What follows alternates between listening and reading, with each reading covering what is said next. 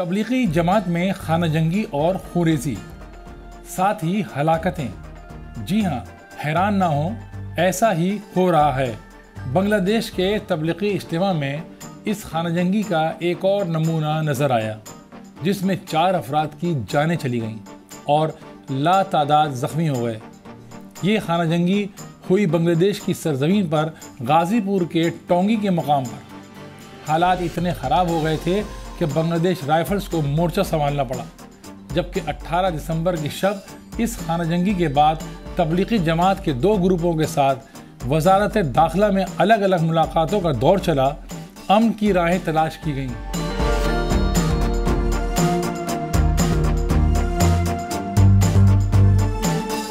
تبلیغی جماعت کے 2 گروپوں کے حامیوں یا مریدوں کے درمیان اجتماع کے نام پر ٹکراؤ اور جنگ اب اس تبلیغی جماعت کی تاریخ کا ایک حصہ بن چکی ہے، جس کا آغاز 2018 میں ہوا تھا۔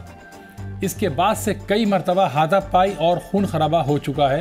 رواں اجتماع سے قبل بھی دونوں گروپوں نے اس بات پر اتفاق کیا تھا کہ مولانا زبیر احمد کا گروپ 4 ہفتے مسجد میں قیام کرے گا، اس کے بعد مولانا سعد کا گروپ 2 ہفتے قیام کرے گا۔ لیکن چارج لینے کے دوران جو خانہ جنگی ہوئی، اس نے تبلیغی جماعت کی تاریخ میں ایک اور خونی باب کا اضافہ کر دیا۔ اب آپ کو بتاتے ہیں کہ تبلیغی جماعت میں 2 ٹکڑے کب ہوئے، کب اور کیسے بٹی تبلیغی جماعت۔ دراصل تبلیغی جماعت میں تقسیم پہلی بار نومبر 2017 میں سامنے آئی، اور اس وقت بنگلہ دیش میں ہی یہ ٹکراؤ سامنے آیا تھا۔ بنگلہ دیش میں دونوں گروپوں کے درمیان ہاتھا پائی ہوئی تھی۔ ڈھاکہ ٹریبونل کی ایک رپورٹ کے مطابق مولانا سعد نے تبلیغی جماعت کے اندر کچھ اصلاحات کی تجویز پیش کی تھی، جس کی وجہ سے گروپ میں تقسیم ہوئی۔ تاہم ان کے مخالفین کا دعویٰ ہے کہ مولانا سعد کے خیالات تبلیغی جماعت کے بانی قائدین کے طرز عمل سے میل نہیں کھاتے ہیں۔ دوسری جانب مولانا سعد کے حامیوں کا کہنا ہے کہ ان کی اصلاحات کی تجاویز کی غلط تشریح کی گئی ہے، جس کی وجہ سے بنگلہ دیش میں تبلیغی جماعت کی سرگرمیوں کو سیاسی شکل دے دی گئی۔ اب بات کرتے ہیں تبلیغی جماعت کی تاریخ کی۔ تو تبلیغی جماعت کی بنیاد 1924 میں ہندوستان کے مولانا الیاس کاندھوی نے رکھی تھی۔ وقت گزرنے کے ساتھ ساتھ تبلیغ کی سرگرمیاں ہندوستان سے آگے یعنی بنگلہ دیش، پاکستان اور دیگر مختلف ممالک میں پھیل گئیں۔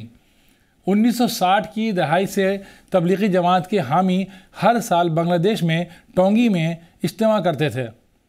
ایک مخصوص گائیڈ لائن پر عمل کرتے ہوئے 2010 تک یہ اجتماع ایک ہی مرحلے میں منعقد ہوتا تھا، لیکن اس میں شریک ہونے والے لوگوں کی تعداد اتنی بڑھ گئی کہ 2011 میں اسے 2 مرحلوں میں تقسیم کر دیا گیا۔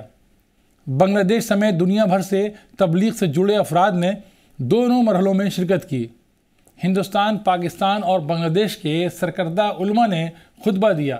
مقررین میں تبلیغی جماعت کے بانی مولانا الیاس کاندھوی کے پڑ پوتے مولانا سعد بھی شامل تھے۔ بنگلہ دیش کے ذرائع کا کہنا ہے کہ اس تقسیم کا ایک اور اہم سبب جو ہے وہ مولانا سعد کے واحد امیر ہونے کا دعویٰ بھی ہے، جس نے دونوں گروپوں کے درمیان تنازع کو ہوا دی ہے۔ اب بنگلہ دیش میں ایک بار پھر دونوں گروپ آمنے سامنے آئے اور خونریزی نے امن پسندوں کے دامن کو داغدار کر دیا۔ یہی وجہ ہے کہ ایک جانب تبلیغی جماعت کے مقاصد پر سوال اٹھ رہے ہیں، تو دوسری جانب تنظیم میں دبدبے کی جنگ دنیا کے سامنے تماشا بن رہی ہے۔ حیرت کی بات یہی ہے کہ جو امن کی بات کرتے تھے، عدم تشدد کے علمبردار تھے، جو زمین کے نیچے اور آسمان کے اوپر کی بات کرنے کا دعویٰ کرتے تھے، وہ دنیاوی باتوں سے دور رہنے پر فخر کرتے تھے، وہ قبضے کی جنگ میں خون بہا رہے ہیں۔ بنگلہ دیش میں جو ہوا وہ افسوسناک ہے۔ اب دیکھتے ہیں کہ تبلیغی جماعت اپنے اس بحران سے کس طرح باہر نکلتی ہے۔ شکریہ۔